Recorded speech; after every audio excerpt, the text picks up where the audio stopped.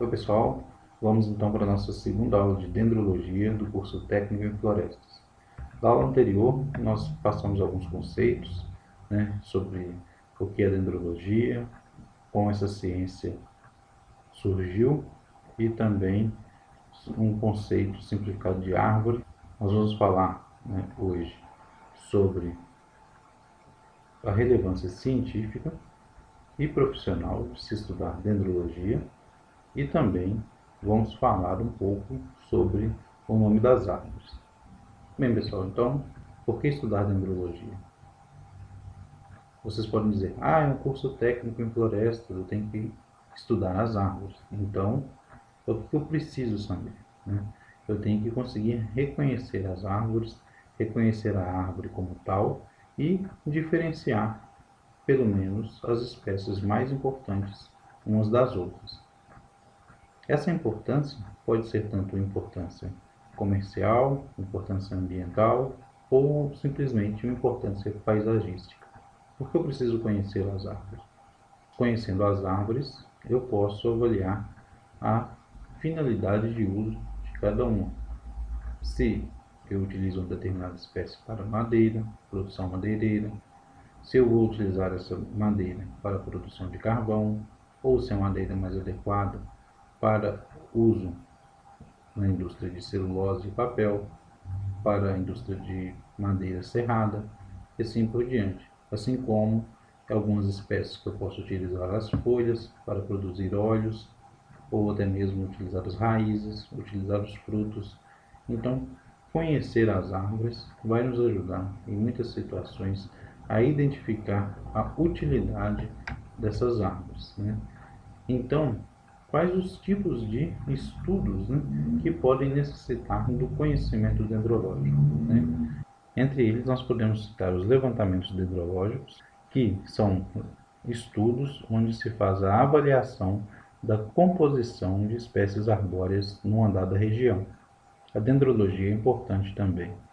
Os estudos de regeneração natural, ou seja, avaliar quais espécies estão ali crescendo na mata natural em estágio juvenil e vão servir de repositório para as plantas que serão retiradas, para as plantas adultas, ou que morrerão futuramente na floresta, por exemplo, por uma causa natural. O estudo dendrológico serve também para avaliação do potencial de uso da floresta. Se aquela floresta tem mais espécies aptas à produção da madeira ou à produção de óleos essenciais.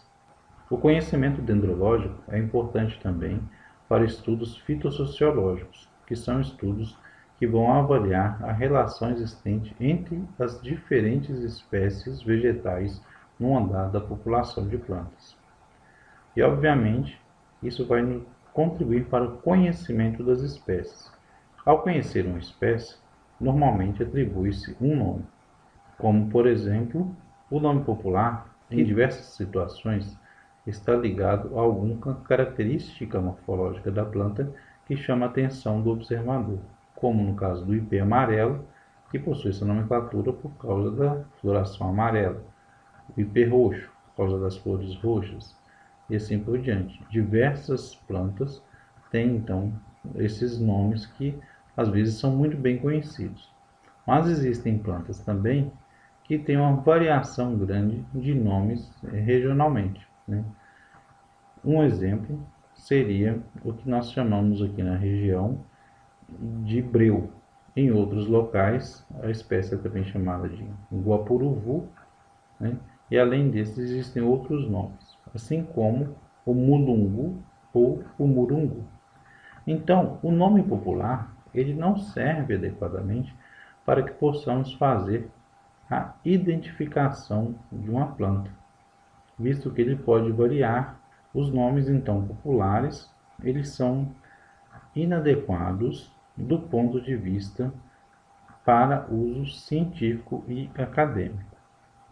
Por isso, existem então os chamados nomes científicos. O nome científico de uma planta, ele é um nome oficial e obrigatório e segue o Código Internacional de Nomenclatura Botânica. Cada planta tem apenas um nome científico válido, e esse nome científico ele é válido em todo o mundo. Existem algumas regras para se denominar uma planta e também para escrever um nome científico.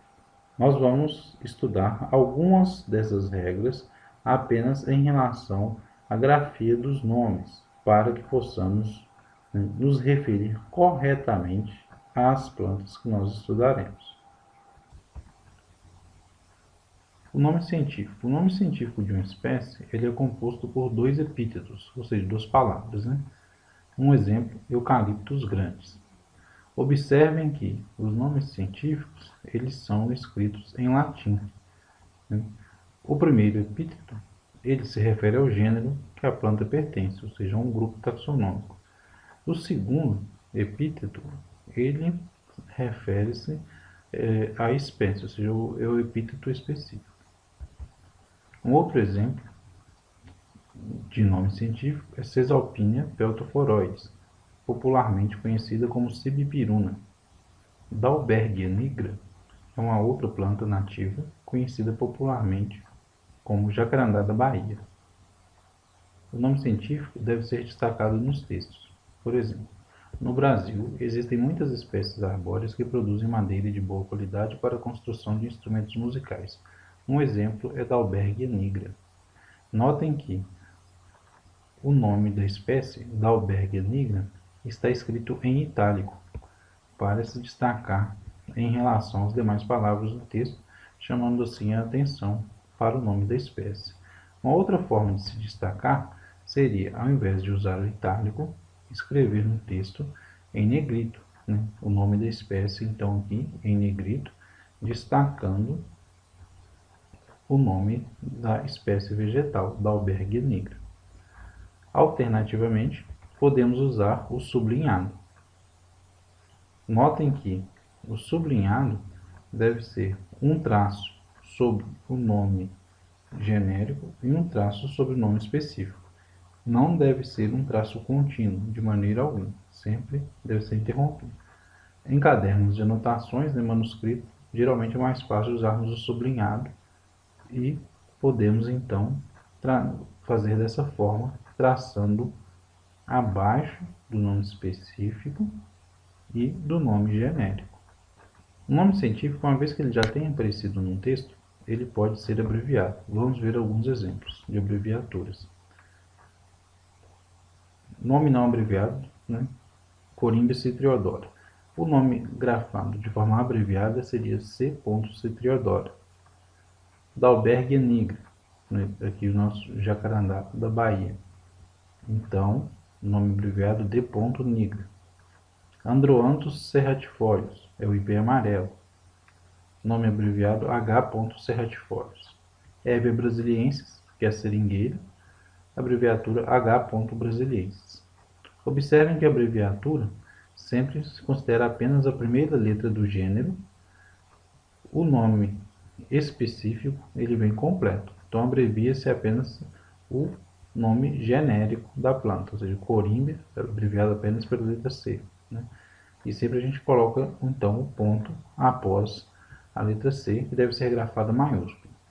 O nome científico de uma espécie sempre é grafado de forma maiúscula com relação ao primeiro epíteto, sempre com letra maiúscula, mesmo estando no meio da frase ou no final, como no exemplo anterior. Observe que Dalbergia nigra, D é maiúsculo. Já o nome específico, ele é em letra minúscula. Voltando aqui então, nós temos que esses são os nomes abreviados.